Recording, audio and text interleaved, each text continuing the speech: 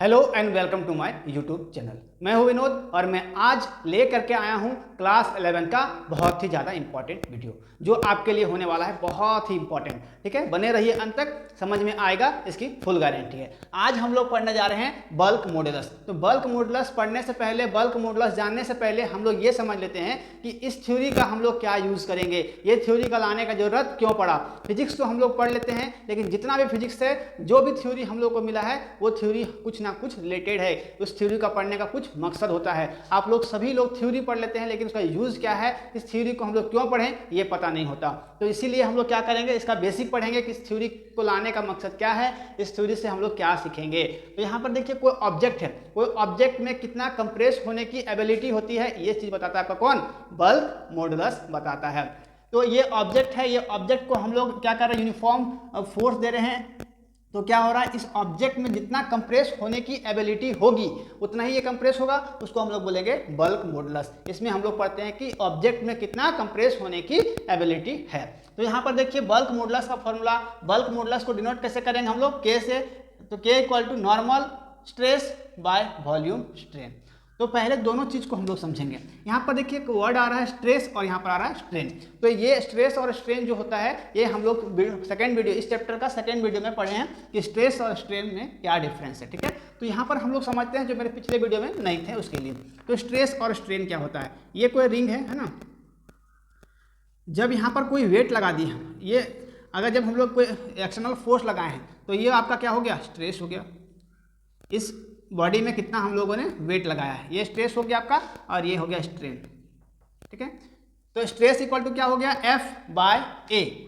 F bye ए, कितना हम लोगों ने फोर्स लगाया उस एरिया पर, फोर्स पर यूनिट एरिया। और स्ट्रेन इक्वल टू क्या हो जाएगा आपका, change in dimensional by original dimension. Original dimension से कितना ये चेंज हुआ है। जब हम लोग कोई एक्सटर्नल फोर्स नहीं लगाए थे तो स्प्रिंग कुछ इतना बड़ा था, जब हम लोगों ने एक्सटर्नल कोई फोर्स लगा दिया तब उसका शेप और साइज कुछ इस तरह से हो गया। तो क्या हुआ, इसमें जो चेंज हुआ, चेंज इन डायमेंशनल, इस डायमेंशन में क्या हुआ, चेंज हुआ पर यूनिट ओरिजिनल डायमेंशन जो पहले से उसका डायमेंशनल था। ठीक है, ये हो गया आपका स्ट्रेस और स्ट्रेन का डिफिनेशन। ठीक है, या difference.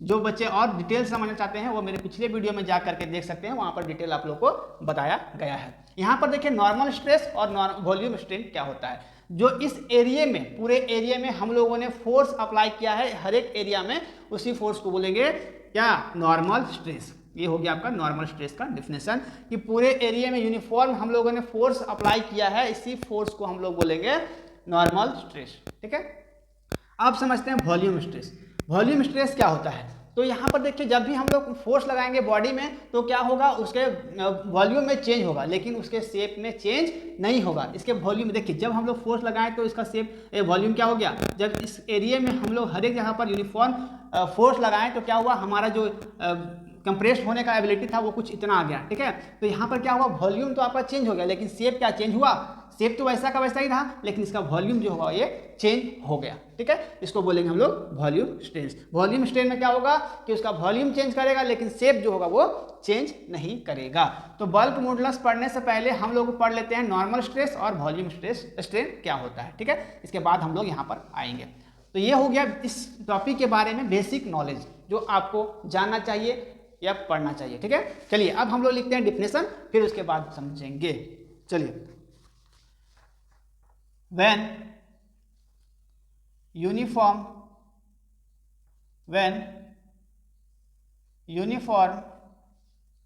force are applied to a body in such a way। अभी देखिए, अभी फिगर को बनाना नहीं है। ठीक है, अब इस फिगर को बनाना नहीं है, जब मैं बोलूंगा तब बनाना। ठीक है, वे that its volume change, volume क्या होगा, चेंज होगा, but the shape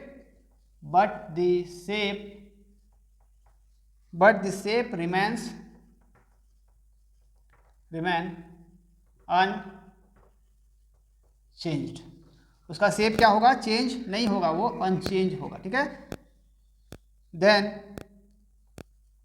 the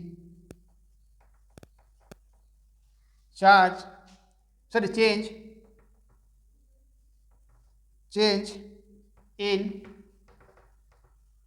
volume per unit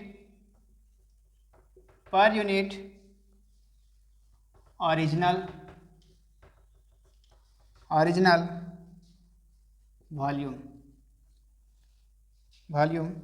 of body is called volume strain. ठीक है, ये हो गया आपका वॉल्यूम स्ट्रेन का। When uniform force are applied to a body, जब हम लोग यूनिफॉर्म फोर्स किसी बॉडी में अप्लाई करते हैं in such a way that its volume change, उसका वॉल्यूम क्या होता है, जब किसी भी बॉडी में हम लोग कोई यूनिफॉर्म फोर्स लगाते हैं तो उसका वॉल्यूम क्या होता है, चेंज होता है, but the shape remains unchange, shape जो उसका होता है वो क्या होता है, वो चेंज नहीं करता है। ठीक है, then the change in volume पर unit original volume of a body, जो हम लोग का ओरिजिनल आपका क्या वॉल्यूम था और जो चेंज किया, ठीक है, यहाँ पर चेंज इन वॉल्यूम, जो वॉल्यूम चेंज किया पर यूनिट ओरिजिनल वॉल्यूम, जो मेरा वॉल्यूम चेंज किया वो किसके रेशियो में होगा, ओरिजिनल वॉल्यूम, जो मेरा ओरिजिनल वॉल्यूम था of body is called volume strain. ये हो गया वॉल्यूम स्ट्रेन का डिफिनेशन। अभी देखिए हम लोग बल्क मॉडुलस का डिफिनेशन नहीं लिख रहे हैं, यहाँ से अगर आप लोग ये समझने के लिए सिर्फ कि वॉल्यूम स्ट्रेन किसको कहते हैं और नॉर्मल स्ट्रेस किसको कहते हैं। ठीक है, यहाँ जब हम लोग डिफिनेशन करेंगे तो आपको बता देंगे। ठीक है, ये आप लोग लिखते चलोगे या फिर स्क्रीनशॉट लेकर के रख लोगे। ठीक है, यहाँ स्पेस कम है इसी कारण इसको रफ करना पड़ेगा। ठीक है, चलिए अब हम लोग लिखते हैं नॉर्मल स्ट्रेस के बारे में। तो पैराग्राफ चेंज करके लिखना है, द फोर्स एक्टिंग पर unit area of body in normal stress. ठीक है, तो स्ट्रेस का डिफिनेशन हम लोगों ने पढ़ा था कि F/A। तो द फोर्स एक्टिंग पर यूनिट एरिया ऑफ बॉडी, जो फोर्स हम लोग अप्लाई कर रहे हैं इस एरिया में बॉडी में इन नॉर्मल स्ट्रेस, इसको बोलेंगे हम लोग नॉर्मल स्ट्रेस। जो हम लोग बॉडी में और यूनिफॉर्म फोर्स जो अप्लाई कर रहे हैं उसको बोलेंगे हम लोग नॉर्मल स्ट्रेस। ठीक है, तो यहाँ पर वॉल्यूम स्ट्रेन और नॉर्मल स्ट्रेस का डिफिनेशन आप लोगों को समझ में आया होगा। अब हम लोग आते हैं इसके बल्क मॉडुलस में। यहाँ से आप लोग लिख सकते हो, देखिए जिनको समझना है वो पूरा लिखेंगे, वहाँ पर नॉर्मल स्ट्रेस और आपका वॉल्यूम स्ट्रेन के बारे में। अब जिनको सिर्फ डिफिनेशन पढ़ना है वो लिखेंगे यहाँ से कि बल्क मॉडुलस का डिफिनेशन आप यहाँ से लिखोगे। मार्क्स के अनुसार एग्जाम में जैसा पूछे, आपको अगर लॉन्ग क्वेश्चन पूछता है तो आप पूरा लिखोगे। ठीक है, अगर शॉर्ट क्वेश्चन पूछता है तो सिर्फ आप लोग अभी यहाँ जो मैं कराने जा रहा हूँ वहाँ से आप लोग लिख सकते हो। ठीक है, the ratio of normal stress to volume strain within elastic limit is a constant for the material of the body and is called bulk modulus. ठीक है, द रेशियो ऑफ नॉर्मल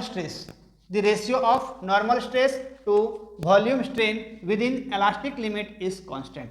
ये किसका रेशियो होगा, तो नॉर्मल स्ट्रेस और volume strain का। ठीक है, within elastic limit is constant, इसमें इलास्टिक लिमिट जो होगा वो क्या होगा, कांस्टेंट होगा for the material of the body. इस मटेरियल का बॉडी में जो होगा आपका इलास्टिक लिमिट जो होगा वो कांस्टेंट होगा and is called bulk modulus. इसको हम लोग बोलेंगे बल्क मॉडुलस। यहाँ तक करोगे, उसके बाद ये मैं रफ करता हूँ। ठीक है, इसके बाद क्या करना है, अब हम लोग लिखेंगे बल्क मॉडुलस। तो बल्क मॉडुलस को डिनोट कैसे करते हैं, जल्दी से बताओ बल्क मॉडुलस को, मैंने वीडियो के स्टार्टिंग में बताया था बल्क मॉडुलस को डिनोट कैसे करते हैं, के इक्वल टू क्या, K equal to normal stress by volume strain, ठीक है। के को बोलते हैं हम लोग बल्क मॉडुलस, आप लोग क्या बोलते हैं यहाँ पर लिख सकते हो bulk modulus K equal to normal stress by volume strain, ठीक है। तो नॉर्मल स्ट्रेस में क्या होगा, स्ट्रेस का फॉर्मूला बताइए जल्दी से, के इक्वल टू एफ बाय ए, और यहाँ से आपका वॉल्यूम स्ट्रेन का क्या हो जाएगा, हम लोग जो ओरिजिनल वॉल्यूम और चेंज इन वॉल्यूम, ये ओरिजिनल वॉल्यूम जो हम लोग चेंज जो वॉल्यूम किया वो स्मॉल वी से ले लिए, और इसका वैल्यू हम लोग ले लिए जो वो कैपिटल वी में ले लिया, ठीक है। यहाँ से देखिए जो हम लोग का चेंज किया वॉल्यूम, इसका वॉल्यूम हम लोगों ने वी ले लिया और स्मॉल वी, और ये हम लोग ले लिए कैपिटल वी, क्योंकि ये जब ओरिजिनल वॉल्यूम था, ठीक है। चलिए अब क्या होगा कि के का वैल्यू यहाँ से हम लोग फाइंड करते हैं, के इक्वल टू क्या हो जाएगा आपका एफ वी, ये वी आपका क्या जाएगा ऊपर चला जाएगा, और यहाँ से आपका क्या बच गया ए वी, ठीक है। तो ए एफ बाय ए का वैल्यू हम लोग क्या लिखेंगे, सॉरी यहाँ से हम लोग का माइनस मिस हो जा रहा, ठीक है। तो के इक्वल टू यहाँ से minus P V by V, ठीक है। चलिए तो वेयर, ये हो गया आपका बल्क मॉडुलस का फॉर्मूला। तो यहाँ से वेयर आपका P इक्वल टू क्या हो जाएगा, यहाँ से F बाय ए, ये हो गया बल्क मॉडुलस का डेरिवेशन। आप लोग यहाँ तक करोगे अगर लॉन्ग क्वेश्चन पूछता है तो, अगर लॉन्ग क्वेश्चन पूछता है तो यहाँ तक आप लोग पूरा लिखोगे, ठीक है। और अगर शॉर्ट क्वेश्चंस में पूछा जाए तो आप लोग क्या करोगे कि यहाँ सिर्फ बल्क मॉडुलस का डिफिनेशन और ये प्रूफ तक आप लोग करके छोड़ सकते हो, ठीक है। तो बल्क मॉडुलस क्या होता है कि किसी भी मटेरियल में कितना कंप्रेस होने की एबिलिटी है उसको हम लोग बोलते हैं बल्क मॉडुलस, या उसमें हम लोग बल्क मॉडुलस है हम लोग को जानकारी देता है कि कोई ऑब्जेक्ट में कितना कंप्रेस होने की एबिलिटी है, ठीक है। तो आई होप बल्क मॉडुलस आप लोगों को समझ में आया होगा। जो मेरे इस चैनल पर नए हैं वो मेरे चैनल को सब्सक्राइब कर लेंगे और शेयर भी कर देंगे, ताकि जो और भी बच्चे हैं वो आसानी से पढ़ सके और अच्छे मार्क्स ला सके। मिलते हैं अगले वीडियो में, तब तक के लिए थैंक यू, टेक केयर, जय हिंद।